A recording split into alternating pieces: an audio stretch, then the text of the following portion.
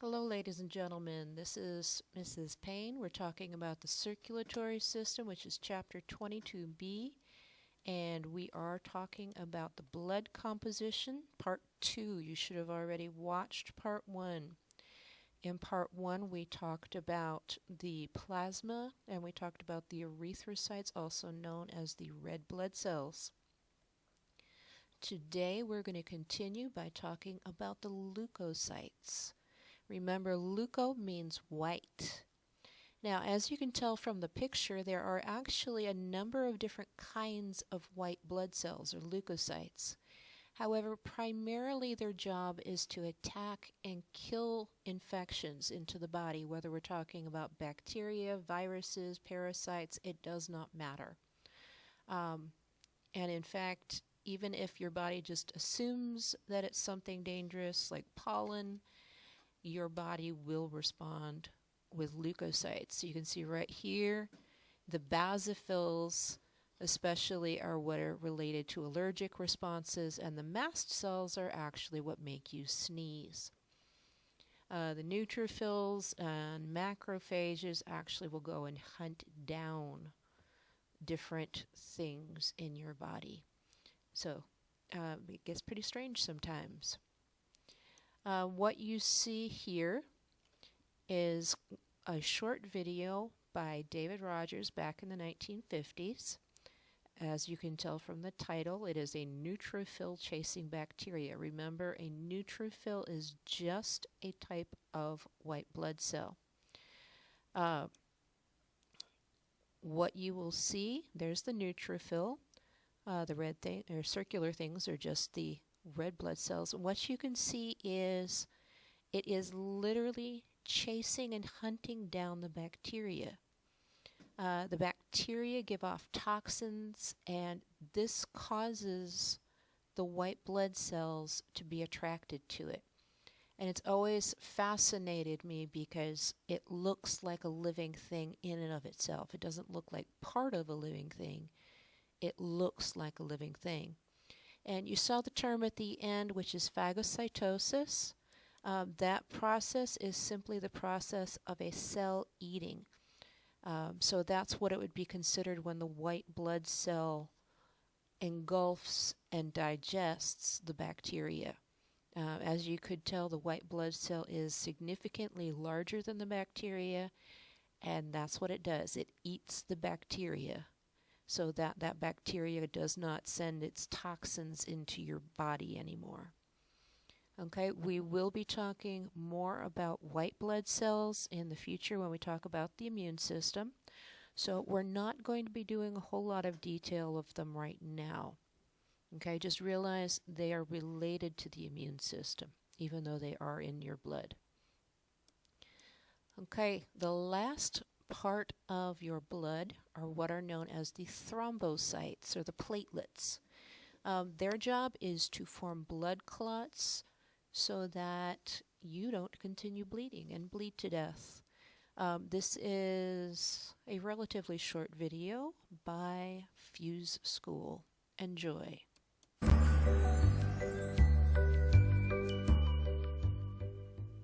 Do you remember tripping over as a kid and cutting your knee, and then magically the bleeding suddenly stops? Or have you ever wondered why this happens?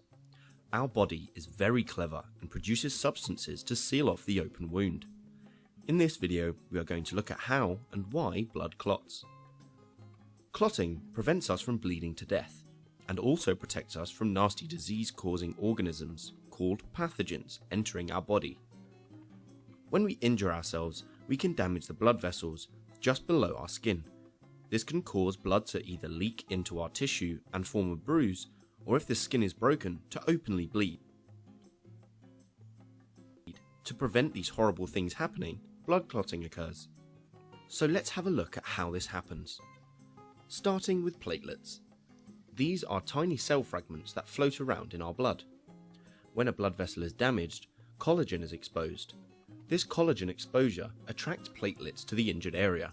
The platelets then stick together to form a plug. They've quickly built a barrier that stops us from losing too much blood. However, this platelet plug isn't that strong, so it needs to be made stronger. A protein called fibrin does exactly that. In our blood, there are soluble fibrinogen proteins.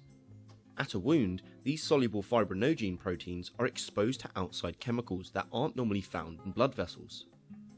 Like with the collagen and platelets, this exposure causes the fibrinogen proteins to turn into sticky fibrin fibers. The fibrin fibers form a mesh, holding all the platelets together and making a much stronger clot. More platelets, red blood cells, and other components in our blood all get stuck to the mesh, making it even stronger. This clot stops more blood escaping the body, and also prevents nasty pathogens entering our body from the outside. The clot develops into a scab, which protects the wound as it heals, and new layers of skin form underneath. So really, all a scab is just platelets trapped in the fibrin mesh. It is like putting a plug in a sink. When the new skin is fully formed, the scab will fall off, revealing the lovely brand new skin underneath. A final thing to note, remember that I said the exposure to the collagen causes the platelets to stick together, and the exposure to the outside chemicals causes the fibrinogen to turn into sticky fibrin. Both the platelets and the fibrin only become sticky after the exposure. This means in a normal, healthy blood vessel, they won't randomly cause clots. So from this video, you should understand the magic of blood clotting. Platelets are first to the scene, closely followed by the fibrin fibers. Our blood clots so that we don't lose a lot of blood, and don't let lots of nasty pathogens into our body if we cut ourselves.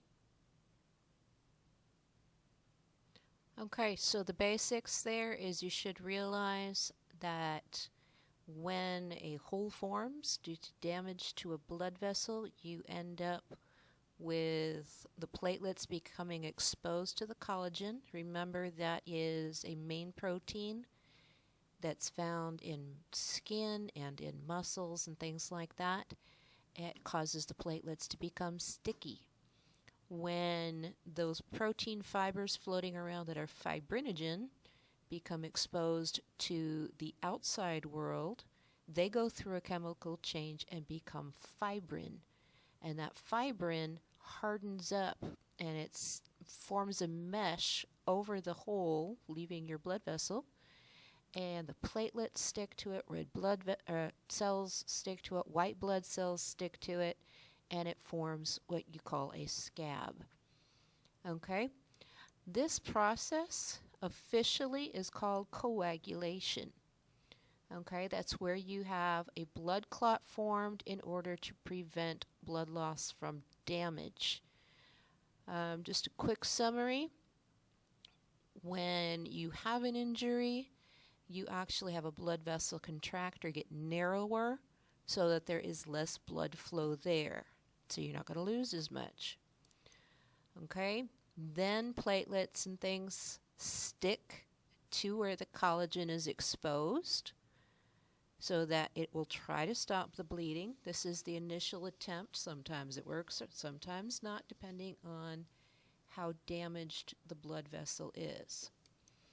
You then have a series of chemical reactions which are going to be talked about.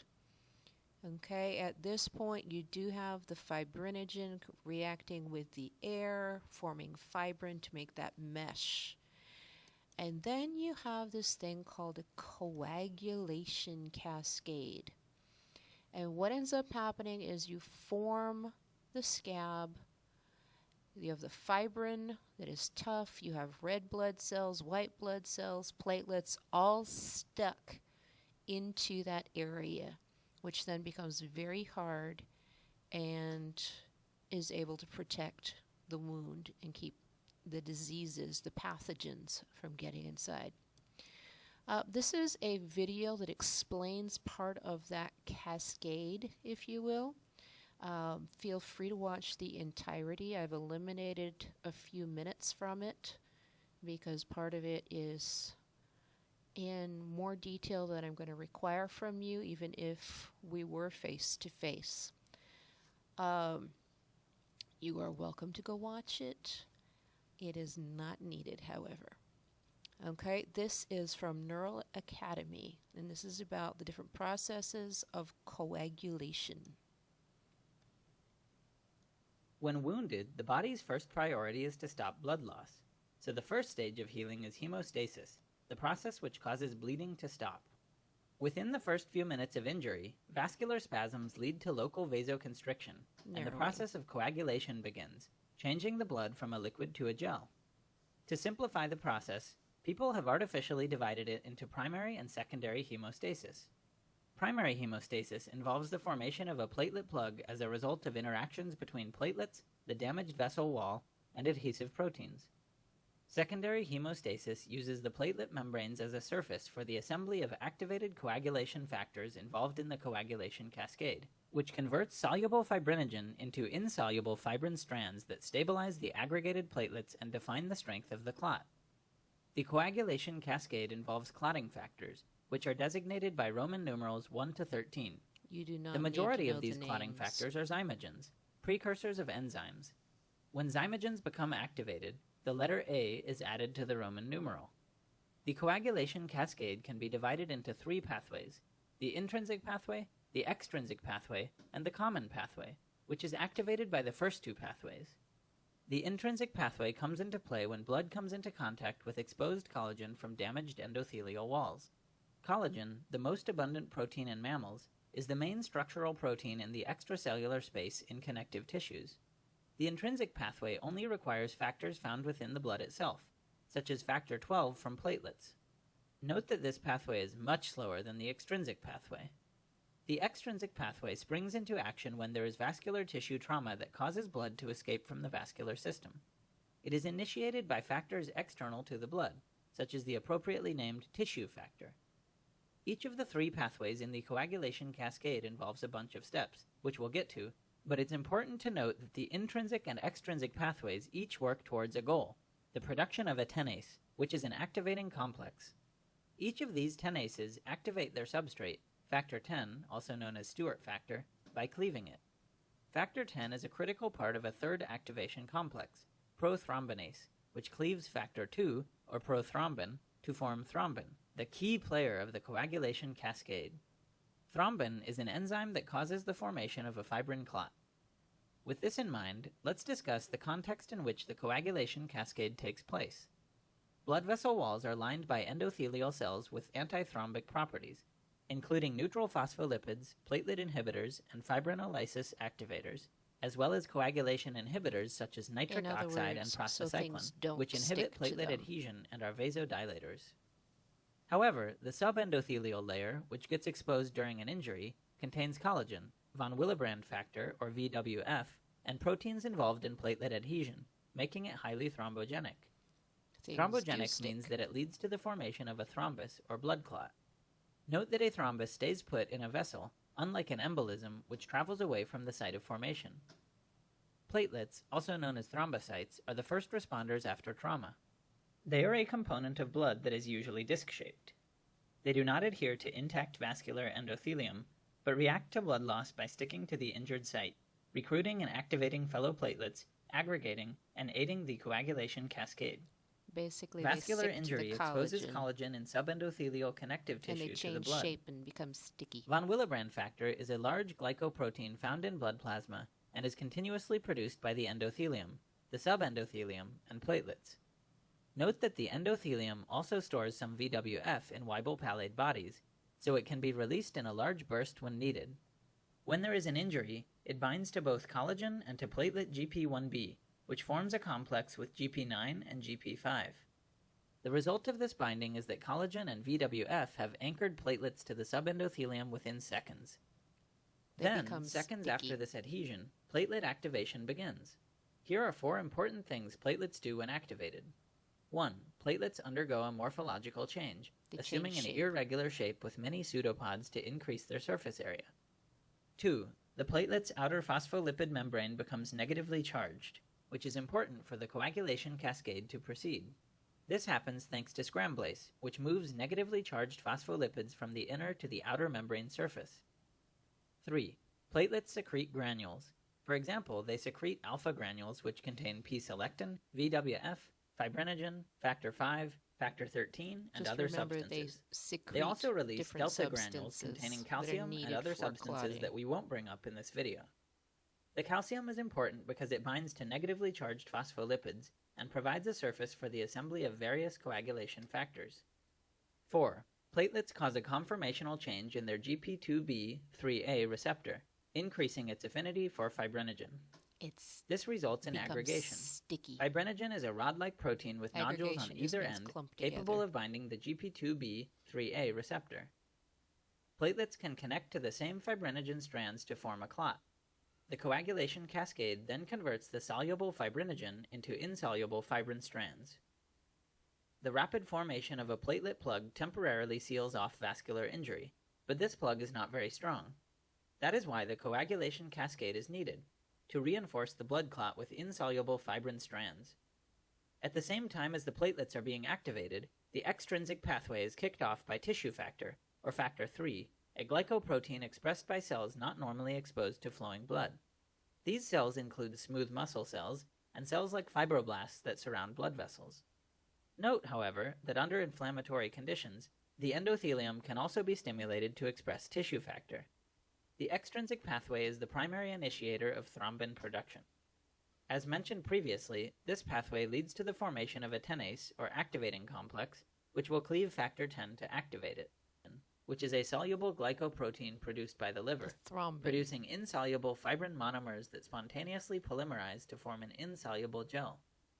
This polymerized fibrin is held together through non-covalent and The electrostatic thrombin forces. changes the fibrinogen Thrombin into also fibrin. activates factor 13. Factor 13A is a transamidating enzyme that stabilizes the fibrin by cross-linking the fibrin strands. It is important to note that the extrinsic pathway is the primary initiator of thrombin production, and the The first intrinsic one. pathway does not run in parallel, but rather augments the action of the extrinsic pathway. Intrinsic Tissue helps factor expression extrinsic. initiates thrombin production, but eventually the aggregating platelets block access to it, so the intrinsic Platelets pathway plug plays the a more hole. dominant role. Activated platelets release polyphosphates that activate factor 12 and promote the intrinsic pathway. Also, factor 7A activates not only factor 10, but also factor 9, bridging the extrinsic and intrinsic pathways. Initially, the extrinsic pathway results in the generation of only a small amount of thrombin. However, there are numerous positive feedback loops that now amplify its production. Amplification involves thrombin cleaving and activating factor 5, factor 8, and factor 11, while factor 10A activates So factor 2. extrinsic starts Following this first, amplification, then there it is goes propagation. to The intrinsic. accumulated tenase and prothrombinase complexes on platelet And the surfaces thrombin result in a that's large increased burst of thrombin amount production. by This is intrinsic because one molecule of causes factor the 10A leads fibrin to the to formation form. of 1,000 molecules of thrombin. Since thrombin is a potent activator of platelets, this also results in further platelet activation. Finally, there is stabilization of the clot because thrombin activates factor 13, which gives strength and stability to the fibrin strands. If you enjoyed this video, like and subscribe. Okay, so basically what you need to realize is out of that you have the intrinsic and extrinsic pathways. Extrinsic starts because of tissue damage. It gets plugged up when the platelets are there. However, that triggers the intrinsic to kick in, which causes more and more thrombin to release, and that is what actually causes the fibrinogen to become fibrin and form that mesh for the blood clot. Okay, just a reality. The leukocytes, the white blood cells, and the thrombocytes, the platelets, only make up about 1% of the blood. That is because if you need more, your body will make more. That's why when you get sick, they actually can check your white blood cell count, and they will compare it to a healthy number and see if you have an infection or not. Okay, this is the end of blood composition. We will talk about blood types, and then we'll go on to the structure of the heart and the blood vessels. Don't forget to do your homework.